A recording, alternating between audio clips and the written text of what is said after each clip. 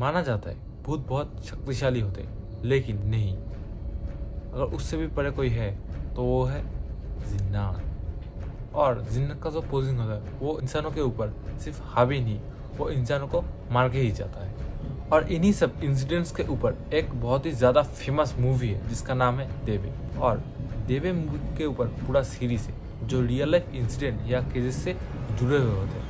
और कमज़ोर दिल वाले तो इसे बिल्कुल भी नहीं देख सकते। अगर कोई देखता भी है, 100% देखता है, तो उनमें से 98% लोग उसे पूरा नहीं कर सकते। और जो 2% लोग हैं वो शायद ही कभी इन सब चीज़ों से निकले होंगे। और जो लोग हॉरर वीडियोस के शौकीन हैं वो सब ढूंढते हैं कि अगर इस मूवी का कोई वीडियो मिल जाए तो बहुत ही अच्छा होगा। लोगों का क्यूरियोसिटी है कि इस मूवी में ऐसा था क्या। और इस मूवी का जो 5th वाला पार्ट है देवे जहर शी, ये सबसे हॉरर और ख़तरनाक माना जाता है। कुछ भी हो, ये मूवी का 5th पार्ट कोई ख़त्म नहीं कर सकता। और वीडियो बनाने से पहले जब मैं इस मूवी के बारे में रिसर्च कर रहा था तो लिटरली मैं खुद डर गया। ये वाला वीडियो मैं इसीलिए बना रहा हूँ क्योंकि लोगों को पूरी जानकारी ना होने की वजह से लोग इन सब चीज़ों को लेकर बहुत ही मजाक उड़ाते हैं और आखिर में ये सब चीज़ उन्हीं के ऊपर भारी पड़ जाता है। इस वीडियो में पूरा इन्फॉर्मेशन आपको मिल जाएगा। तो वेलकम गाइस, मैंने कहा था ना आपसे बहुत ही खतरनाक वीडियो आने वाला है, तो लो आपके लिए एक और नया वीडियो लेके आ गया। तो चलते आज के स्टोरी की तरफ। कहते हैं जिन्नात जहर की तरह होते हैं, अगर एक बार किसके पीछे पड़ जाए ना तो पूरी जिंदगी उसे अंदर अंदर से खा जाता है। और सबसे डरावना सच, इनका अंत हमेशा मौत ही होता है। ये बातें लगभग सभी लोगों को पता होता है, लेकिन इसके बारे में एलिफ को कुछ भी नहीं पता था जब उसकी शादी उमर से हो रही थी। और शादी एक छोटे से गांव टर्की में हो रहा था, एक ऐसा गांव जिसके आसपास कोई भी नहीं रहता था। और ये गांव रेगिस्तान में था। अगर यहाँ किसी को दिक्कत या परेशानी हो भी जाए तो भी आसानी से आना जाना मुमकिन नहीं था। एलिफ और उमर की शादी हो चुका था और ये एक अरेंज मैरिज था, लेकिन फिर भी वो दोनों अपने ज़िंदगी बहुत खुशहाल तरीके से जी रहे थे, जैसे दोनों अपने नए ज़िंदगी को शांति और सुकून के साथ शुरू कर रहे थे। और उमर एक मस्जिद में हेल्पर था। उसका रूटीन कुछ ऐसा था, वो बहुत ही सुबह घर से निकल जाता था और रात को बहुत ही देर घर वापस लौटता था। उनका नया ज़िंदगी अच्छा खासा चल रहा था, सब कुछ नॉर्मल था, कोई दिक्कत भी नहीं था, बस ज़िंदगी चलते ही जा रहा था। फिर एक रात जब उमर घर वापस लौटता है तो उसने देखा कि एलिफ किसी से बात कर रही थी। लेकिन उमर जब देखता है तो उसका सांसें थम सा जाता है और एलिफ जिससे बात कर रही थी वो अपने सामने रखे हुए शीशे से बात कर रही थी। उमर हैरान होकर पूछता है, तुम किससे बात कर रही हो? फिर उमर जब ये बात बोलता है, एलिफ ऐसा बिहेव करता है जैसे वो अभी भी होश में आई हो।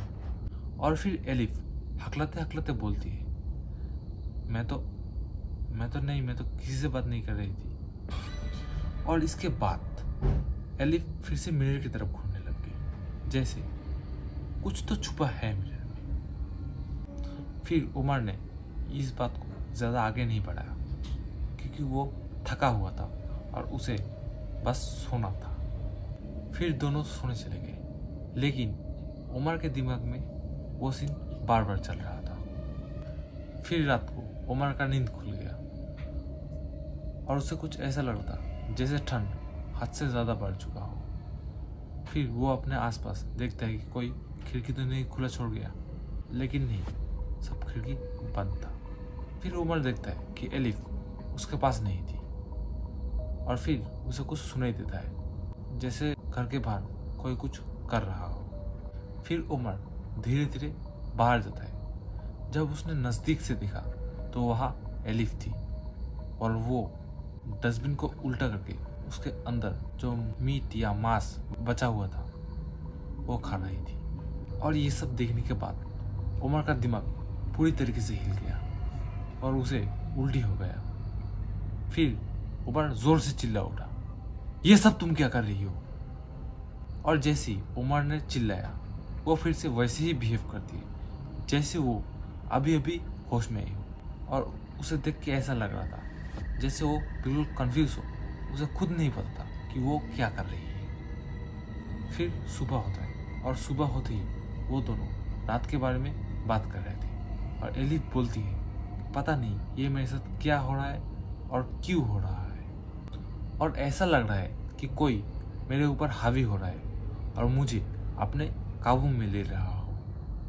फिर उमर सोचता है कि ये सब एलिफ की पेरेंट्स की गलती है, क्योंकि उन लोगों ने ये सब बातें पहले नहीं बताया था। लेकिन जब एलिफ के माँ बाप ये बात सुनते तो वो खुद हैरान हो गए। फिर दोनों हैरानी में बोले ये सब पहले हमारे घर में कुछ भी नहीं हुआ था, ये सब तुम्हारे घर जाने के बाद से ही शुरू हुआ है। फिर बातों बातों में उमर को ऐसा लग रहा था जैसे एलिफ सच बोल रही हो और उसके साथ पहले ये सब कुछ भी नहीं हुआ था, ये सब उसके घर में जाने के बाद से ही शुरू हुआ है। फिर उमर मन ही मन सोचता है और वो उसे ऐसा लगता है जैसे ये सब कोई पुरानी बातें नहीं, ये सब अभी अभी शुरू हुआ है। फिर और एक रात उमर का नींद टूट गया और ये सब इस बार कोई हवा या आवाज की वजह से नहीं था, और ये इस बार कुछ अजीब और डरावना ही था।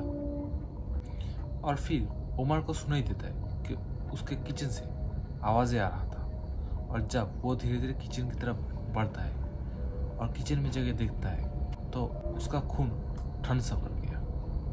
उमर देखता है कि एलिफ किचन के एक एक जो कांच के बर्तन थे वो सब तोड़ रही है, और इस बार उसके चेहरे पे जो हंसी थी ना, बहुत ही क्रीपी और इंसानी हंसी तो बिल्कुल भी नहीं थी। और ये सब देखने के तुरंत बाद उमर जोर से चिल्लाया और एलिफ फिर से होश में आ गई। लेकिन उमर ने जब नोटिस किया तो उसने देखा एलिफ के हाथ पैर और पूरे बदन में नाखूनों के निशान थे, और ऐसा लग रहा था जैसे रात भर उसके साथ कुछ अजीब से ही खेल चल रहा था।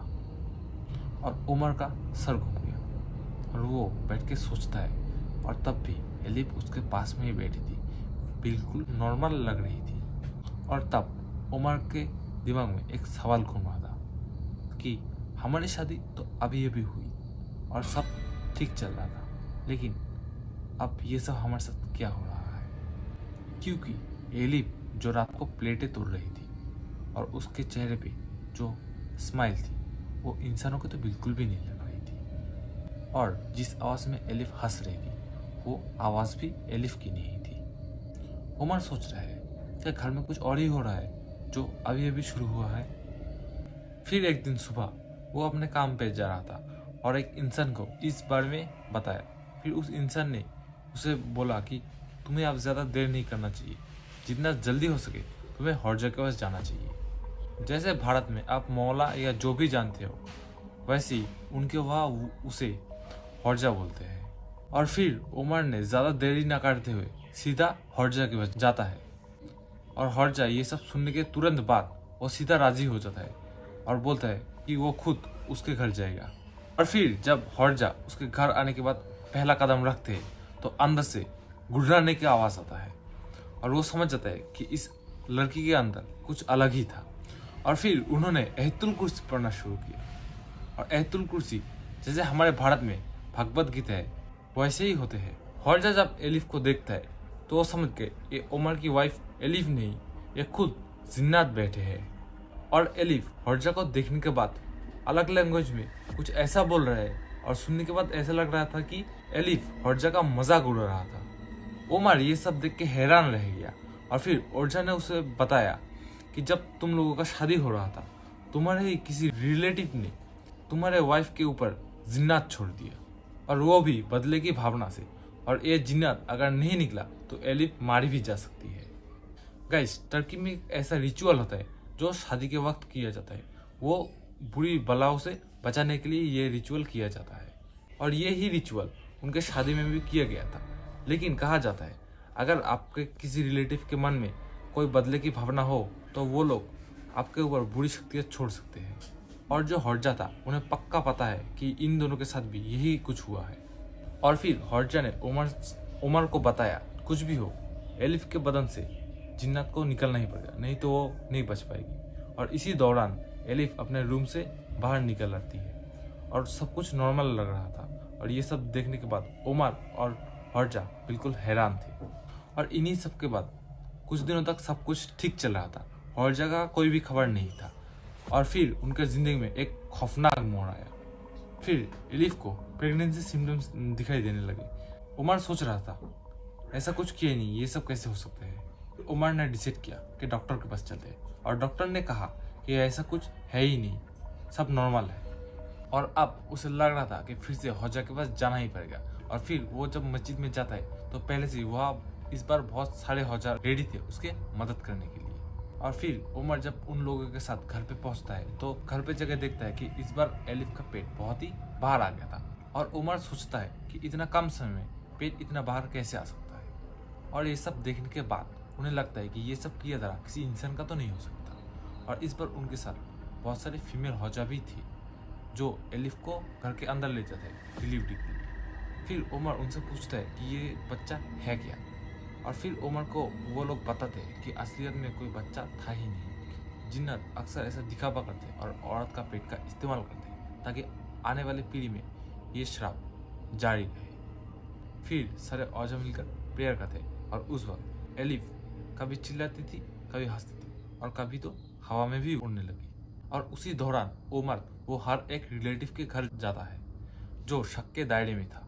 और इन सब के दौरान उमर को पता चला कि उसका ही एक चाचा एलिफ से प्यार करते थे। कुछ देर में पता चला सारे ओझा ने मिलकर एलिफ को उस जिन्नात से बचा लिया। और फिर उमर ब्लैक मैजिक के जुर्म में अपने चाचा को जेल में डाल दिया। और इन्हीं सब चीज़ों के दौरान उनमें एक डर बस गया और वो दोनों अलग हो गए। और जब देवी मूवी के डायरेक्टर को इस बात के बारे में पता चला उसने इस कहानी के ऊपर एक मूवी बना दिया। तो गाइस आज का कहानी यही था। वीडियो पसंद आया तो वीडियो को लाइक, शेयर और कमेंट कर दो। आपके हर एक लाइक, शेयर और कमेंट से मुझे मोटिवेशन मिलता है ऐसे वीडियो बनाने के लिए।